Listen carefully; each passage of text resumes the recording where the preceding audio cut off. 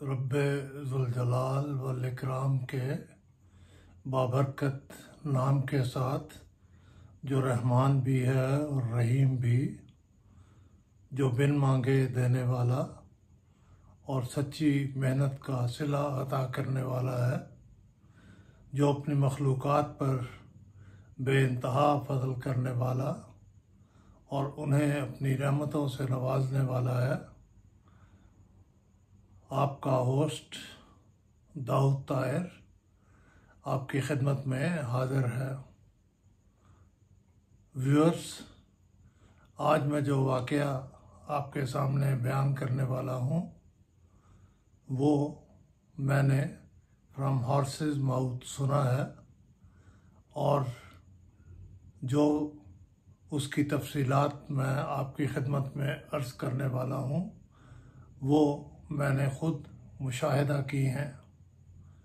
ये कोई सुनी सुनाई बात नहीं, लेकिन एहतियात के तकाज़े के तहत मैं इस कहानी में अशख़ास और जगह का नाम हज़फ कर रहा हूँ।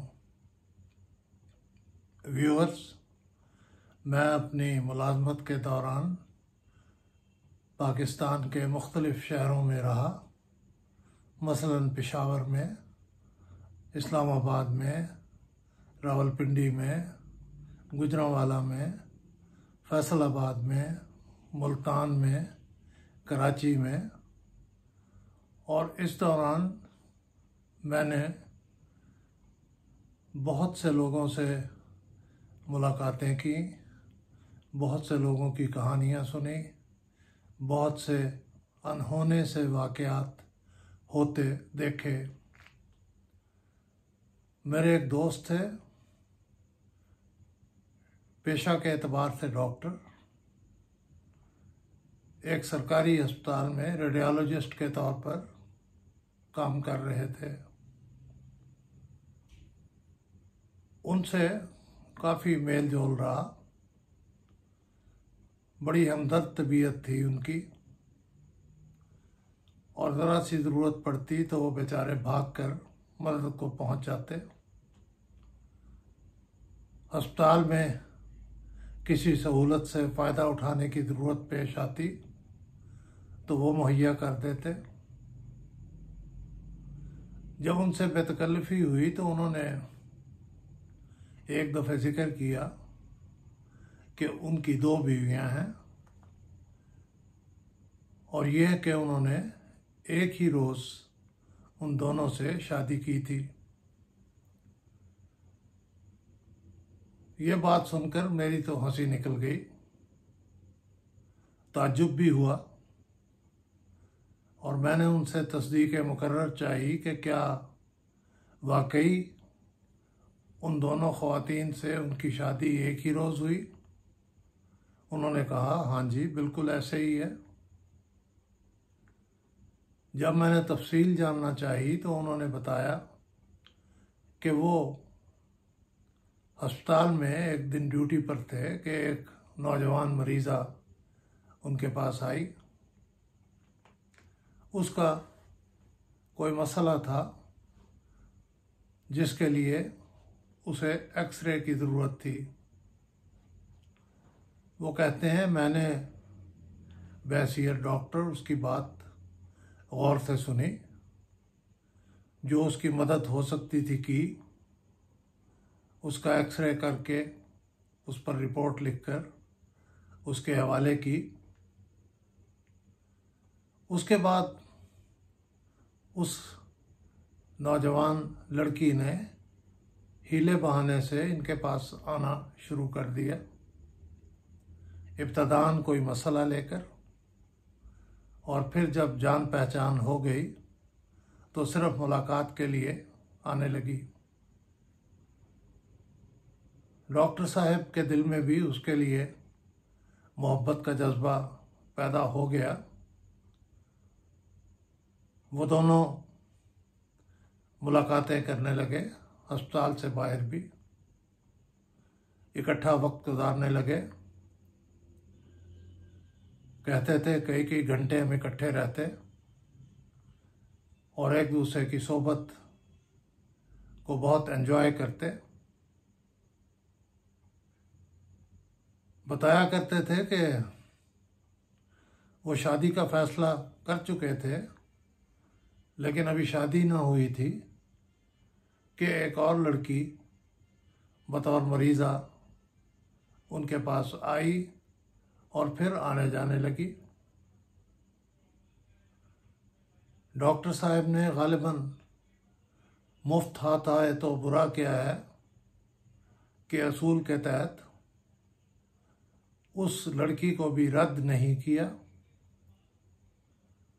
उसके साथ भी दोस्ती की पींगें बढ़ाई और कुछ वक्त उसके साथ गुजारने लगे, लेकिन इस तरह कि पहली लड़की को खबर ना होने दी।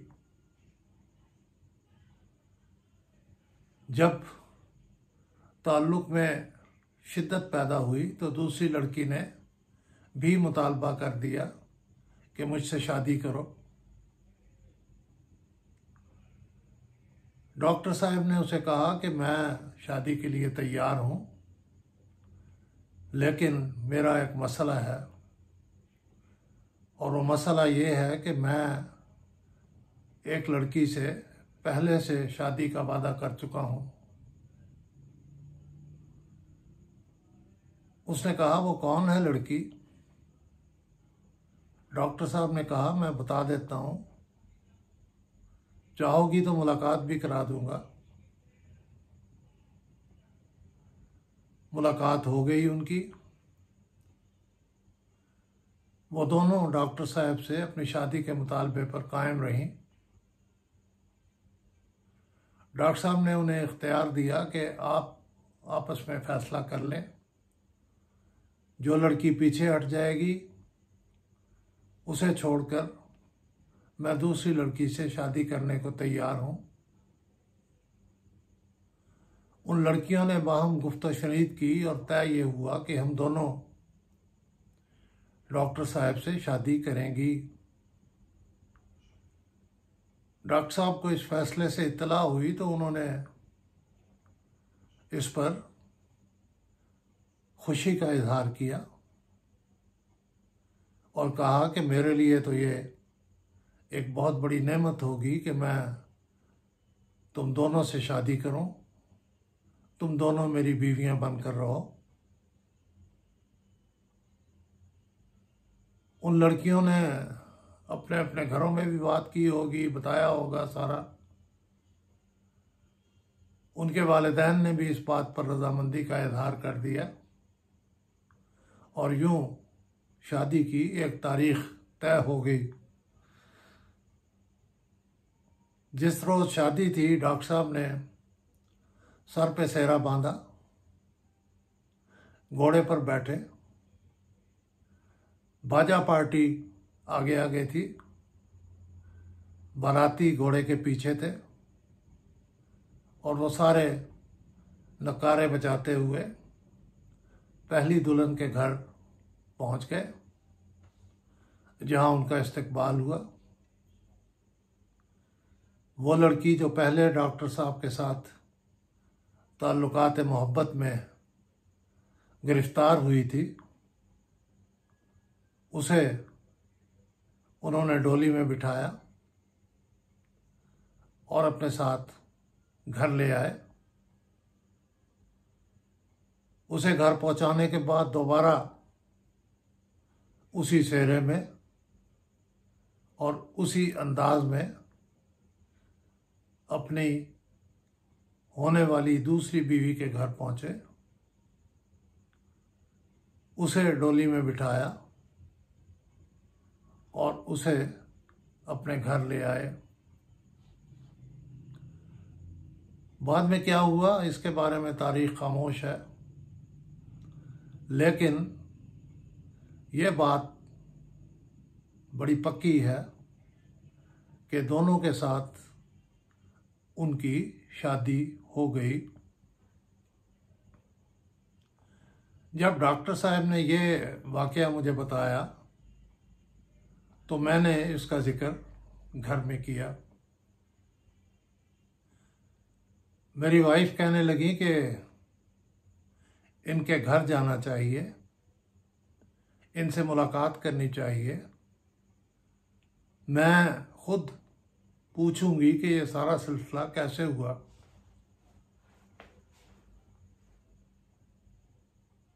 डॉक्टर साहब की दोनों बीवियां पर्दा नशीन थीं। मैंने डॉक्टर साहब से उनके यहाँ आने पर अपनी ख्वाहिश का जिक्र किया तो उन्होंने कहा कि सौ बिस्मिल्लाह आप आएँ, बल्कि खाना हमारे यहाँ खाएं। रात का खाना तय हुआ था, हम ज़रा जल्दी चले गए। हमने सोचा गपशप भी होगी। उस वक़्त तक कई साल गुजर चुके थे डॉक्टर साहब की शादी पे, और दोनों बीवियों से उनके कोई मिला के दर्जन से ज़्यादा बच्चे थे। उनके पास एक सरकारी घर था, काफ़ी बड़ा, पुराने टाइप का। उसका लॉन बड़ा वसी और रीज था, बड़े बूटे और दरख्त उसमें लगे हुए थे। हम गए तो कोई 2-3 लड़के उनकी गाड़ी को ठीक कर रहे थे, 1-2 खेल रहे थे, एक आध दरख्त के ऊपर चढ़ा हुआ था, को बच्चियां स्टापू खेल रही थी। बड़ी चहल पहल थी। डॉक्टर साहब ने अपना घर हमें दिखाया। उनकी रिहाइश इस तरह थी कि एक कमरा जो घर के बिल्कुल दरमियान में था वो डॉक्टर साहब का बेडरूम था। साइड वाला एक कमरा एक बीवी को दे रखा था, और साइड वाला दूसरा कमरा दूसरी बीवी को उन्होंने दे रखा था। दोनों कमरों के दरवाजे डॉक्टर साहब के कमरे में खुलते थे। बच्चे अलग से सोते थे, मालूम नहीं किस तरह। डॉक्टर साहब ने दोनों बीवियों की बारी मुकर्रर कर रखी थी। वो एक रात एक बीवी के पास बसर करते तो दूसरी रात दूसरी बीवी के पास। मेरी वाइफ उनकी बीवियों से मिली तो तफसीली बात हुई। उन्होंने बताया हम डॉक्टर साहब से बहुत खुश हैं, और कोई एक दिन भी नहीं हुआ कि हमें उनसे कोई शिकायत पैदा हुई हो। डॉक्टर साहब मुसावात कायम रखने में मास्टर हैं। वो एक बीवी के लिए जो चीज़ लाते हैं एग्जैक्टली वही चीज़ दूसरी बीवी के लिए भी लाते हैं। मिसाल के तौर पर अगर वो सूट लेके आए हैं तो दोनों के लिए एक जैसा सूट लाएंगे। अगर वो कोई खाने पीने की चीज़ लेकर आए हैं तो दोनों बीवियों के लिए बिल्कुल एक जैसी चीज़ें और एक ही मिकदार में। मैं अर्ज़ कर चुका कि उन्होंने अपने औकात की तकसीम भी ऐसे कर रखी थी कि वो एक दिन अपनी एक बीवी के साथ गुजारते और दूसरा दिन दूसरी बीवी के साथ। उनकी बीवियों ने बताया कि डॉक्टर साहब हम दोनों के दरमियान बराबरी जिस तरह कायम रखते हैं उसका आप तसव्वुर भी नहीं कर सकते। यहाँ एक वाक़या बताना ज़रूरी है। डॉक्टर साहब पर किसी ने फायर कर दिया एक बार, और वो गोली उनके जबड़े में लगी। लंबा अरसा इलाज मुआवजा होता रहा। फिर वो प्लास्टिक सर्जरी के लिए मुल्क से बाहर भी गए। उनकी बीवियां कहती हैं कि जब डॉक्टर साहब बाहर से वापस आए तो उन्हें याद था कि सफ़र पर जाने से पहले उन्होंने आखिरी रात कौन सी बीवी के पास बसर की थी। सफ़र पर से वापसी के बाद उन्होंने पहली रात दूसरी बीवी के पास बसर की। ये डॉक्टर साहब का इंसाफ था जिसने उनकी दोनों बीवियों को सौतन की बजाय बहनें बना दिया था। वो ये कहती थी कि हम दोनों आपस में बहनें हैं, हम में सौतन वाला रिश्ता नहीं है। हम किसी बात पर डॉक्टर साहब से लड़ाई नहीं करती, झगड़ा नहीं करती, इसलिए कि वो इसका मौका ही नहीं देते। डॉक्टर साहब से मेरा ताल्लुक़ रिटायरमेंट के बाद भी कायम रहा। कभी कभार मैं उनके पास जाया भी करता था, लेकिन फिर एक रोज़ अचानक उनकी वफ़ात की खबर मिली।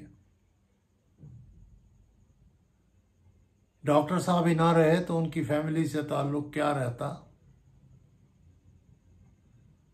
अब तक उनके बच्चे माशाल्लाह और बड़े हो चुके होंगे और वो अमली ज़िंदगी में दाखिल हो चुके होंगे। मेरी दुआ है कि वो दोनों सौतनें जो बहनें कहलाती हैं आपस में, वो ज़िंदा हों, खैरियत से हों और उसी तरह शीरो शकर हों जिस तरह वो डॉक्टर साहब की ज़िंदगी में थी। व्यूअर्स, आपने ये वाक़या सुना। इंशाअल्लाह फिर किसी और इसी तरह के वाक़या के साथ मैं आपकी खिदमत में हाज़िर होऊंगा। उस वक़्त तक के लिए इजाज़त दीजिए। खुदा हाफिज़।